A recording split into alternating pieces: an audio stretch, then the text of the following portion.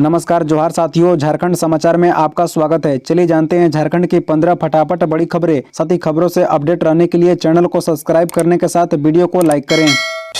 Hotwar jail में छापे के बाद ईडी का एक्शन, कारा अधीक्षक जेलर और बड़ा बाबू को भेजा समन, पूछताछ के लिए बुलाया ऑफिस।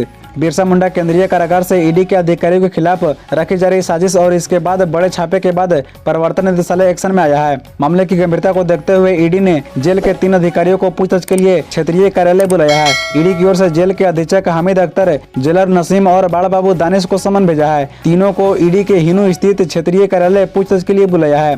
बता दें कि ईडी की ओर से भेजे गए समन के अनुसार जेल के बड़ा बाबू को 7 नवंबर यानी आज पूछताछ के लिए बुलाया है। वहीं होटवार जेल के अधीक्षक को 9 नवंबर को हाजिर होने को कहा है। इसके अतिरिक्त जेलर को 8 नवंबर को ईडी ऑफिस में हाजिरी लगाने का आदेश दिया है। बता दें कि ईडी की ओर से भेजे गए बुलावे को बड़ी कार्रवाई के रूप में देखा जा रहा है। वहीं चर्चा इस बात की भी है कि प्रवर्तन निदेशालय इन अधिकारियों के खिलाफ कड़े कदम भी उठा सकती है। पशुओं के लिए पहला अस्पताल शुरू, 24 घंटे 7 दिन होगा इलाज। कृषि मंत्री ने कहा वेटरनरी यूनिवर्सिटी की स्थापना जल्द होगी। राज्य में पशुओं के इलाज के लिए अस्पताल खोला गया है। इसी के साथ ही वेटरनरी यूनिवर्सिटी की स्थापना हेतु पहल की जा रही है। कृषि मंत्री ने कहा हम लोगों ने बजट उपलब्ध भी करा लिया है। हिसार स्थित पशुपालन भवन में आदर्श हॉस्पिटल एवं टेलीमेडिसिन सेंटर उद्घाटन किया गया। कृषि मंत्री ने कहा सरकार में सिस्टम से लेकर रिस्पॉन्स तक सब कुछ बदल रहा है। विभाग को हमने संवारने का काम किया है। राज्य में ऐसे पशु चिकित्सालय की सख्त जरूरत महसूस की जा रही थी और आज इसका शुभारंभ कर दिया गया है। उन्होंने राज्य भर से आए पशु चिकित्सकों और पशुपालक व पशु सखियों को संबोधित करते हुए कहा कि केरल के दौरे के बाद हमें ये महसूस हुआ कि कृषि पशुपालन के क्षेत्र में हम काफी पीछे हैं। सवाल तो ये भी है कि आखिर कब तक हम केरल का उदाहरण देते रहेंगे। हमें भी अपने राज्य में समृद्ध किसानों, समृद्ध पशुपालकों की परिकल्पना को साकार करने का काम तो करना ही होगा। PLFI के 6 उग्रवादी गिरफ्तार, लेवी के लिए बनाया था अलग गिरोह, बरामद हुआ हथियार। खूंटी के PLFI के 6 उग्रवादी गिरफ्तार हुए हैं। गिरफ्तार किए गए उग्रवादी में से ज्यादातर लोगों पर लेवी की जिम्मेदारी थी। ब्लैक टाइगर नाम आपराधिक गिरोह के कथित कमांडर अमन खान, मो अमर सहित 6 उग्रवादियों को पुलिस ने गिरफ्तार किया है। उनके पास से हथियार भी बरामद किए गए हैं। इस संबंध में SDPO ओम प्रकाश तिवारी ने बताया कि 5 नवंबर को पुलिस को सूचना मिली थी कि उग्रवादी लेवी वसूलने की नीयत से संगठन के कुछ उग्रवादियों ने मिलकर ब्लैक टाइगर नाम का गिरोह बना लिया है। इन गिरोह के अपराधियों ने मिलकर किसी बड़ी घटना को अंजाम देने की तैयारी में थे। फिर SDPO ओम प्रकाश तिवारी के नेतृत्व में एक टीम तैयार की गई। छापामारी टीम ने त्वरित कार्रवाई करते हुए गिरोह से जुड़े 6 उग्रवादी को गिरफ्तार कर लिया।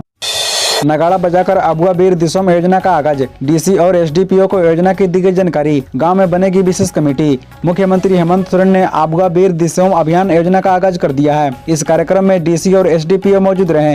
हेमंत सोरेन ने नगाड़ा बजाकर इस कार्यक्रम की शुरुआत की। इस अभियान में ग्राम सभा की अहम भूमिका होगी। इस अभियान के आगाज के बाद ग्रामीण स्तर पर वनाधिकार समिति का गठन किया जाएगा। राज्य में 30,000 से अधिक ग्राम सभा है। आपको बता दें कि हेमंत सोरेन ने कल झारखंड मंत्रालय स्थित सभागार में अनुसूचित जनजाति, अनुसूचित जाति, अल्पसंख्यक एवं पिछड़ा वर्ग कल्याण विभाग द्वारा आयोजित वन अधिकार अधिनियम 2006 के अंतर्गत अबुआ वीर अबुआ दिसोम अभियान के आरंभ कार्यक्रम को संबोधित करते हुए कहा वन अधिकार अधिनियम लागू हुए लगभग 17 से 18 वर्ष होने को जा रही है, परंतु झारखंड में इस अधिनियम की गंभीरता के दृष्टिकोण से नहीं देखा गया, बल्कि पूरी तरह नजरअंदाज किया गया था। कई चुनौतियों के बाद आज हमारी सरकार वन अधिकार अधिनियम को एक मुहिम के तौर पर शुरू कर रही है। इस मुहिम के तहत राज्य के वन क्षेत्रों में निवास करने वाले आदिवासी एवं मूलवासी समुदाय के बीच बड़ी संख्या में वन पट्टा का वितरण करने का लक्ष्य रखा गया है। सोनाहातू सीओ से मारपीट मामला, सिली के पूर्व विधायक अमित महतो को सुप्रीम कोर्ट से मिली जमानत, जून में किया था सरेंडर। सोनाहातू सीओ के साथ मारपीट मामले में सिली के पूर्व विधायक और खतियानी झारखंड पार्टी प्रमुख अमित महतो को जमानत मिल गई है। उन्हें सुप्रीम कोर्ट से जमानत मिली है। कल सुप्रीम कोर्ट में सुनवाई के बाद न्यायाधीश जस्टिस RS बोपन्ना और जस्टिस नरसिंह बहन की बेंच ने जमानत दी है। पूर्व विधायक अमित महतो की ओर से सुप्रीम कोर्ट में वरीय अधिवक्ता संजीव कुमार ने बहस की। बता दें कि दरअसल जिस मामले में अमित महतो को जमानत दी गई है वह 28 जून 2006 का मामला है। तब अमित महतो सिली विधानसभा के विधायक थे। उन्होंने सोनाहातू के तत्कालीन अंचल अधिकारी आलोक कुमार के साथ मारपीट की थी। इस मामले में सोनाहातू थाने में मामला दर्ज किया गया था। यह मामला केस संख्या 22/2006 के तहत दर्ज किया गया था। इस मामले में सेशन कोर्ट ने सुनवाई करते हुए IPC की धारा 506 के तहत अधिकतम 2 साल की सजा पूर्व विधायक को सुनाई थी।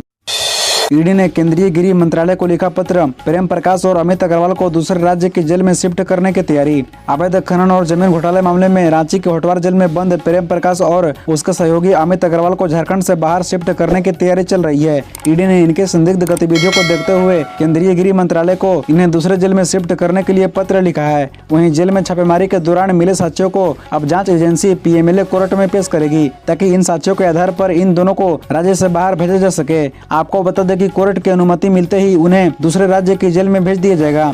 दरअसल ईडी ने शुक्रवार को होटवार जेल में छापेमारी की थी। इस दौरान पता चला कि प्रेम प्रकाश जेल से ही सिंडिकेट चला रहा है। अमृत भारत स्टेशन योजना के तहत पिस्का स्टेशन का चयन, धनबाद एलएफसी एक्सप्रेस में बढ़ा सीटों का कोटा, संजय सेठ। पिस्का रेलवे स्टेशन का चयन अमृत भारत स्टेशन योजना के तहत किया गया है। यहाँ 12 मीटर चौड़ा फुट ओवर ब्रिज, अच्छी छत के साथ लिफ्ट व अन्य कई अत्याधुनिक सुविधाएं उपलब्ध कराई जाएगी। इस आशय की जानकारी दक्षिण पूर्व रेलवे के उप महाप्रबंधक पंकज कुमार गुप्ता ने सांसद संजय सेठ को दी। पंकज गुप्ता ने रांची और चक्रधरपुर रेल मंडल की मंडल स्तरीय बैठक में सांसदों के द्वारा उठाए गए बिंदुओं को लेकर सभी सांसदों को जवाब लिखा है। इसके आलोक में सांसद संजय सेठ द्वारा उठाए गए बिंदुओं का जवाब भी दिया गया है। बता दें कि धनबाद एलएफसी एक्सप्रेस में पहले की तुलना में रांची से सीटों का कोटा बढ़ाया गया है। थर्ड एसी में 23 सीट बढ़ाई गई है, जबकि स्लीपर क्लास में 16 सीटों का कोटा बढ़ाया गया है। ये महाविद्यालय है या भूतखाना, एमजीएम मेडिकल कॉलेज का हाल देख भड़के मंत्री बना Gupta. Mahatma Gandhi memorial medical college की बदहाल स्थिति की कहानी सुनकर रविवार को अवकाश के बीच स्वास्थ्य मंत्री बना गुप्ता औचक निरीक्षण पर डिमना स्थित महाविद्यालय परिसर पहुंचे। चिकित्सा शिक्षा संस्थान की हालत देखकर स्वास्थ्य मंत्री बना गुप्ता दंग रह गए। उन्होंने मौके पर मौजूद इंजीनियर को जमकर फटकार लगाई। कहा कि यह महाविद्यालय है या भूतखाना, भवन निर्माण निगम कर क्या रहा है। उन्होंने कॉलेज के बॉयज छात्रावास, ऑडिटोरियम, कैंटीन, शौचालय, खेल के मैदान और व्यायामशाला का भ्रमण किया। उन्होंने आश्चर्य जताया कि ऐसे हालत में छात्र कैसे पढ़ाई कर रही हैं। उन्होंने तत्काल 149 करोड़ की लागत से नए छात्रावास का निर्माण कराने का आदेश दिया। बता दें कि झारखंड राज्य भवन निर्माण निगम के कार्यपालक अभियंता उज्जवल नाग को इसकी डीपीआर बनाकर पेश करने को कहा। उन्होंने बताया कि डीपीआर को वह पावर पॉइंट प्रेजेंटेशन में खुद मेडिकल कॉलेज के प्रोफेसर व छात्र के साथ बैठकर देखेंगे। इसके बाद इसमें आवश्यक सुधार पर अंतिम रूप से मंजूरी दी जाएगी। इस दौरान प्राचार्य डॉक्टर KN सिंह, अधीक्षक डॉक्टर रविंद्र कुमार, उपाधीक्षक डॉक्टर नकुल प्रसाद चौधरी सहित मेडिकल कॉलेज के कई डॉक्टर, कर्मचारी व पदाधिकारी मौजूद रहे। इसी तरह रोजाना खबरों से अपडेट रहने के लिए इस चैनल को सब्सक्राइब कर बेल आइकन को भी प्रेस कर दीजिए। धन्यवाद।